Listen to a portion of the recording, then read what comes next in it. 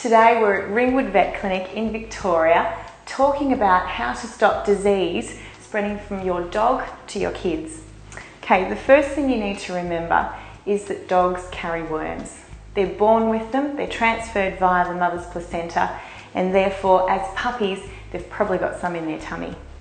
If you don't worm your dog at the prescribed times that the vet indicates when you go to do your puppy vaccinations, you're going to run into trouble. Not only will your puppy not be healthy, but your puppy's going to be transmitting those worms to your children. Now, we all know the obvious sign of kids having worms, and we don't need to go into that.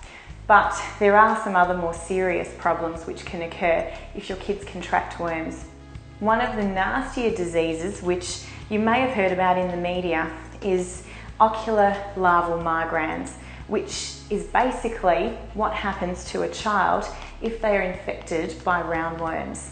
It doesn't happen very often, it's not a common problem in Australia, but it happens more in third world countries, but it can happen.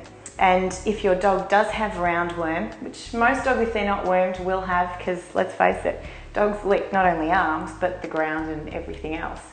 So if your dog does have roundworms and your child happens to come into close proximity with your dog's mouth, and you know what happens when you pick up a dog and you put your face near them, they just start licking, and your kids are going to do that too.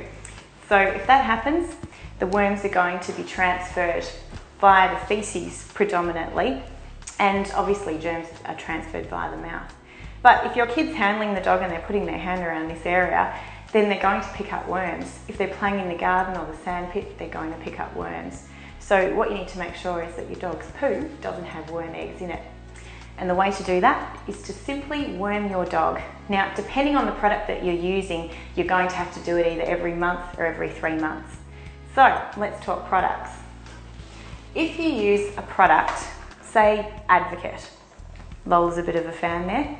If you use Advocate, it's a spot-on treatment. So it's a matter of getting one of these little containers here and parting the dog's hair and popping some of the treatment on their skin.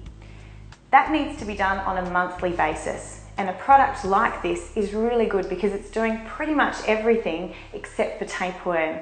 And we'll talk about that in a moment. If that's not for you and you don't want to do everything in the one treatment or remember something on a monthly basis, you might want to do the treatments separately. And the way to worm your dog, if you're going to do that, is to use a product like Drontal or some other worming tablet that your vet prescribes. So for a product like this, tablets, you need to use them every 3 months on an adult dog, and for a puppy, every 2 weeks until their final vaccination, and then monthly until they're 6 months of age. So that's it for worms. But what about fleas? Well, apart from fleas being really annoying to your dog, and if your dog's scratching around this area, even if you can't see fleas on it, you can bet your bottom dollar it's got a flea issue. Apart from that, fleas can actually transmit tapeworm to children, and you'd be surprised how far a flea can jump. Single flea sitting on your dog, if your child's panning it or your baby's even within close proximity, can just jump right over to your child. If the flea happens to land in your baby's mouth, and let's face it, babies have got their mouths open a lot of the time, it can happen, and it's been known to happen, your baby can contract tapeworm, which is not very nice. So if you have got young children or babies, make sure that your dog has got flea treatment on it. Most of the flea products which I would recommend are spot-ons, and the better products are products like Revolution, Frontline, Advocate, as we were talking about before.